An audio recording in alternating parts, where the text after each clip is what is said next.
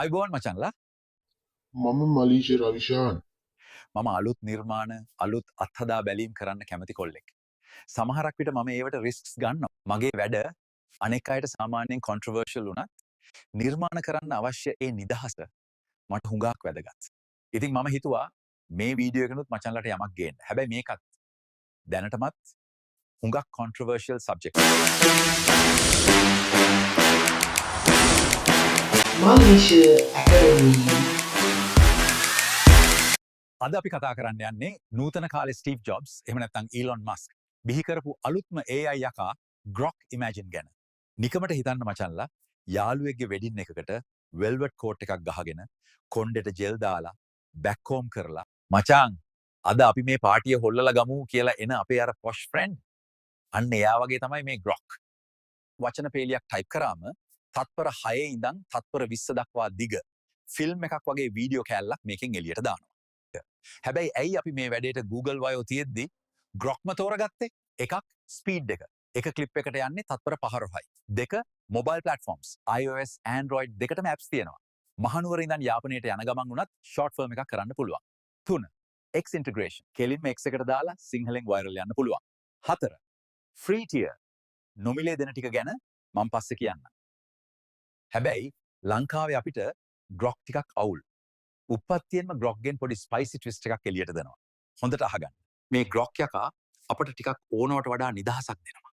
වැඩි නීති රීති දාන්නේ නැහැ. ඒක සමහර තැන්වලදී අවුලක් වෙන්න පුළුවන්. මේකේ ඩිෆෝල්ට් මෝඩ් එකේ පාවිච්චි කළත් සමහර වෙලාවට නිකන් ඩාන්ස් කරන වීඩියෝ කෑල්ලක් විතරක් ඉල්ලුවම ටිකක් අමුතු විදියට උකුල ලැමහස මලවි කරනවා. අමුතු. අර අමරදේව මාස්ටර් කිව්වා වගේ මලවි කරලිය හෙල්ලිලා යන ස්පයිසි වීඩියෝ එළියට පනින්න පුළුවන්. ඒක වෙන්නේ ග්‍රොක් එකේ තියෙනවා ස්පයිසි මෝඩ් කියලා එකක්. ඒ මෝඩ් එක තියෙන්නේ සල්ලි දීලා ගන්න සබ්ස්ක්‍රිප්ෂන් වල විතරයි. මේ මෝඩ් එක ඕන් කළාම ඡන්දේ නැති අඩු වයසේ ඉන්න උන්ට බලන්න බැරි මොලේ කචල් වෙන ඇනිමේ වයිෆු ටයිප් වීඩියෝ එන්න පුළුවන්. ඇත්තටම ග්‍රොක් ස්පයිසි මෝඩ් එක කියන්නේ හරියට නිකන් ලයිසන් නැති පොඩි එකෙක්ට ෆෙරාරි කාර් එකක් දුන්නා වගේ වැඩක්. ග්‍රොක් ෆ්‍රී වර්ෂන් එකත් ඒ ජාන වලින්ම තමයි හැදිලා තියෙන්නේ. ස්පයිසි මෝඩ් නැති වුණාට ඌත් ටිකක් මෙල්ල කරගන්න බැරි අස්පේ. නමුත් සමහර සංස්කෘතීන්ට ග්‍රොක් වගේ වීඩියෝ මොඩල්ස් ප්‍රශ්නයක්. ඉතින් ඉන්ටර්නෙට් අවකාශය විසින් රටවල් වල විවිධ සංස්කෘතිවලට දෙන පූර්ව ඉඟියක් හැටියට ඒ වීඩියෝ මොඩල්ස් වලට NSFW කියලා පොඩි ලේබල් එකක් ගහලා තියෙනවා. NSFW ලේබල් එකට අන්තර්ජාතික පිළිගැනීමක් නැතත් ඒකෙන් අපිට ඉඟියක් ගන්න පුළුවන් මොන තරම් දුරකට මේ කියන මොඩල්ස් අපිට විවෘතව නිදහසේ පාවිච්චි කරන්න පුළුවන්ද කියලා.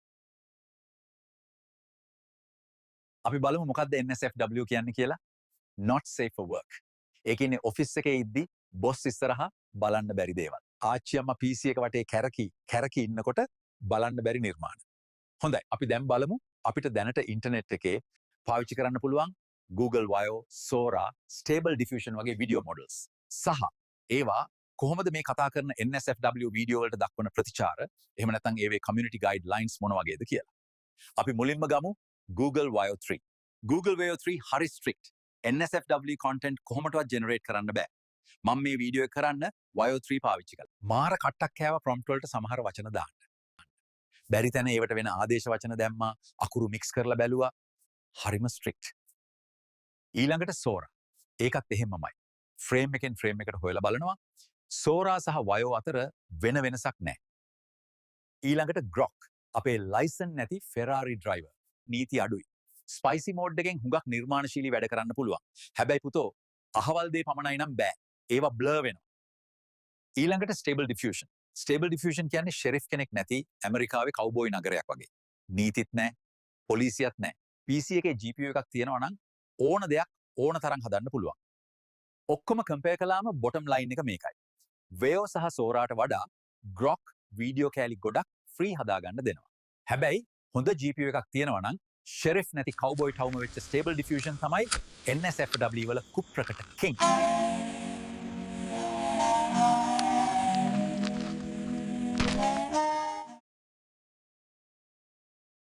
ඕකේ දැන් අපි බලමු සිංහල වොයිස් ඕවර් වලට මාර වැදගත් ලිප් සින්කින් ගැන.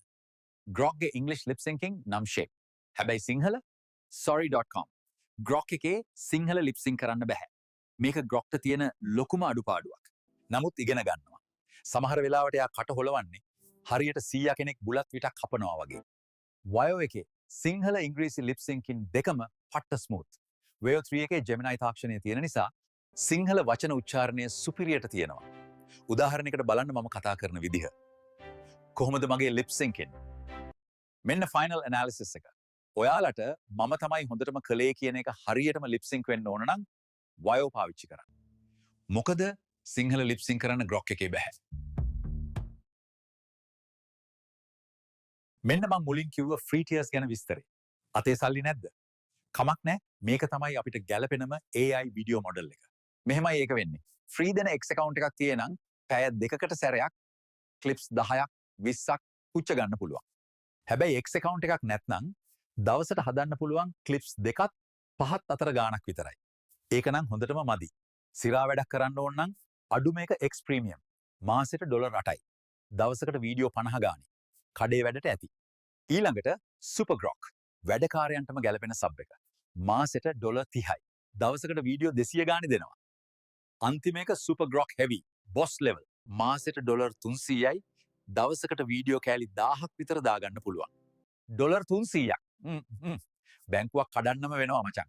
සෙට් වෙනවා නම් මටත් ටිකක් කලින්ම කියහල්ලා. හරිද? ඉතින් ඒක නිසා ලෙහෙසියෙන්ම ෆ්‍රී account එකක් හදාගෙන ලොග් වෙලා වීඩියෝ ජෙනරේට් කරන්න, ඩවුන්ලෝඩ් කරගෙන CapCut එකට දාලා ලස්සනට එඩිට් පාරක් දාන්න. වැඩේ ගොඩ. ඉතින් ග්‍රොක් කියන්නේ ස්ටෙරොයිඩ් ගහපු ආටිස්ට් කෙනෙක් වගේ. ඒත් පුතෝ 50 Shades of කොත්තු වගේ ෆිල්ම් නම් වාන.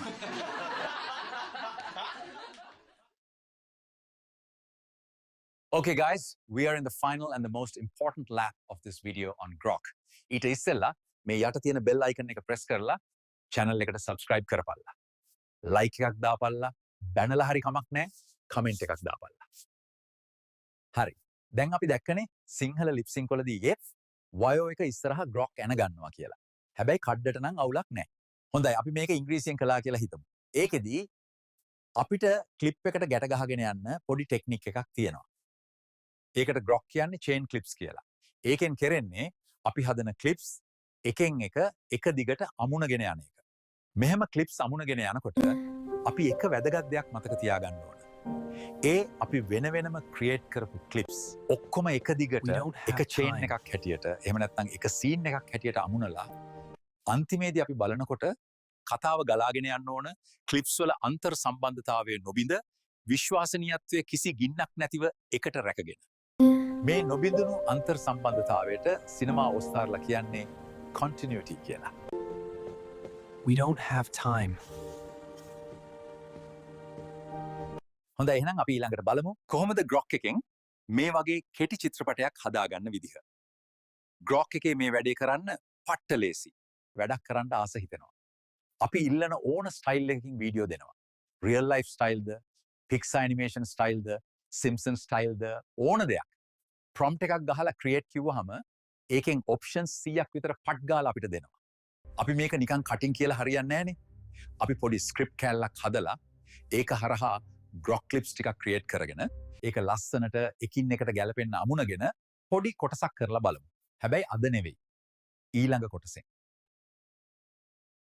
Okay guys, Grok series එකේ පළවෙනි කොටස මේක.